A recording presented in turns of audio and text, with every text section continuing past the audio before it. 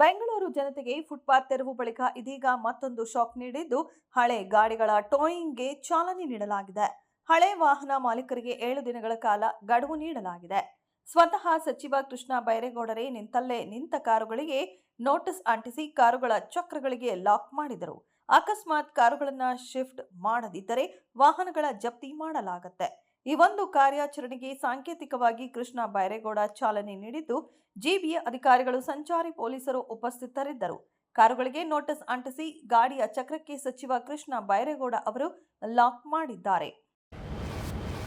America ಅಧ್ಯಕ್ಷ Donald Trump ಅವರನ್ನ ಹತ್ಯೆ ಮಾಡಲು ಇರಾನ್ ಸಂಚು ರೂಪಿಸಿದೆ ಎಂದು ಇಸ್ರೇಲ್ ನೀಡಿದ ಅತ್ಯಂತ ಪ್ರಮುಖ ಗುಪ್ತಚರ ಮಾಹಿತಿಯು ಈಗ ಜಾಗತಿಕ ರಾಜಕಾರಣದಲ್ಲಿ ಭಾರೀ ಸಂಚಲನ ಮೂಡಿಸಿದೆ. ಇರಾನ್ನ ಮಾಜಿ ಪರಮೋಚ್ಚ ನಾಯಕ ಅಲಿ ಖಮೇನಿ ಅವರ ಅಂತ್ಯಕ್ರಿಯೆಯ ಮೆರವಣಿಗೆಯ ಸಂದರ್ಭದಲ್ಲೇ ಅಮೆರಿಕವು ಇರಾನ್ ಮೇಲೆ ಮತ್ತೆ ದಾಳಿ ನಡೆಸಲು ಇಸ್ರೇಲ್ ನೀಡಿದ ಈ ಕೊಲೆ ಸಂಚಿನ ರಹಸ್ಯ ಮಾಹಿತಿಯೇ ಪ್ರಮುಖ ಕಾರಣ ಎನ್ನಲಾಗುತ್ತಿದ್ದು, ಇದೇ ಕಾರಣದಿಂದ ಶಾಂತಿ ಒಪ್ಪಂದದ ಬಳಿಕವೂ ಟ್ರಂಪ್ ಇರಾನ್ ಮೇಲೆ ದಾಳಿಯನ್ನ ಮುಂದುವರೆಸಿದ್ದೇ ಎನ್ನಲಾಗಿದೆ.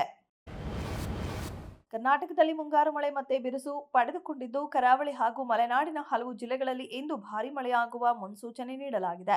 ಈ ಹಿನ್ನೆಲೆಯಲ್ಲಿ ಭಾರತೀಯ ಹವಾಮಾನ ಇಲಾಖೆ ಹಾಗೂ ಕರ್ನಾಟಕ ರಾಜ್ಯ ನೈಸರ್ಗಿಕ ವಿಕೋಪ ಉಸ್ತುವಾರಿ ಕೇಂದ್ರ 8 ಜಿಲ್ಲೆಗಳಿಗೆ ಯೆಲ್ಲೋ ಅಲರ್ಟ್ ಘೋಷಿಸಿದೆ.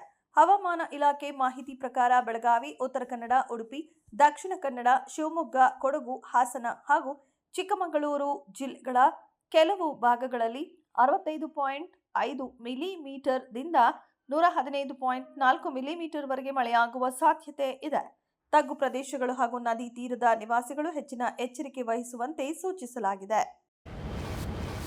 ಕಳೆದ ವರ್ಷ ಚುನಾವಣಾ ಪ್ರಚಾರದ ವೇಳೆ ನಡೆದ ಭೀಕರ ಕಾಲ್ತುಳಿತದ ದುರಂತದ ನಂತರ ತಮಿಳುನಾಡು ಮುಖ್ಯಮಂತ್ರಿ ಹಾಗೂ ತಮಿಳಿಗ ವೆಟ್ರಿ ಕಳಗಂ ಪಕ್ಷದ ಮುಖ್ಯಸ್ಥ ಸಿ. ಜೋಸೆಫ್ ವಿಜಯ್ ಅವರು ಮೊದಲ ಬಾರಿಗೆ ಕರೂರ್ ಜಿಲ್ಲೆಗೆ ಭೇಟಿ ನೀಡಿದ್ದಾರೆ.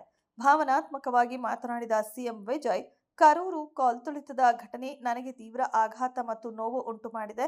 ನಾವು ನಮ್ಮ ಸಹೋದರಿಯರ ಮಕ್ಕಳನ್ನ ಕಳೆದುಕೊಂಡಿದ್ದೇವೆ. ನಾನು ಜನಸಂದಣಿಯನ್ನ ನಿಯಂತ್ರಿಸಲು ಪೊಲೀಸರನ್ನ ಸಂಪೂರ್ಣವಾಗಿ ನಂಬಿದ್ದೆ. ಆದರೆ ಸಂಭವಿಸಿದ ಸಾವುಗಳಿಗೆ ನನ್ನನ್ನೇ ಹೊಣೆ ಮಾಡಲಾಯಿತು ಎಂದು ಬೇಸರ ವ್ಯಕ್ತಪಡಿಸಿದರು.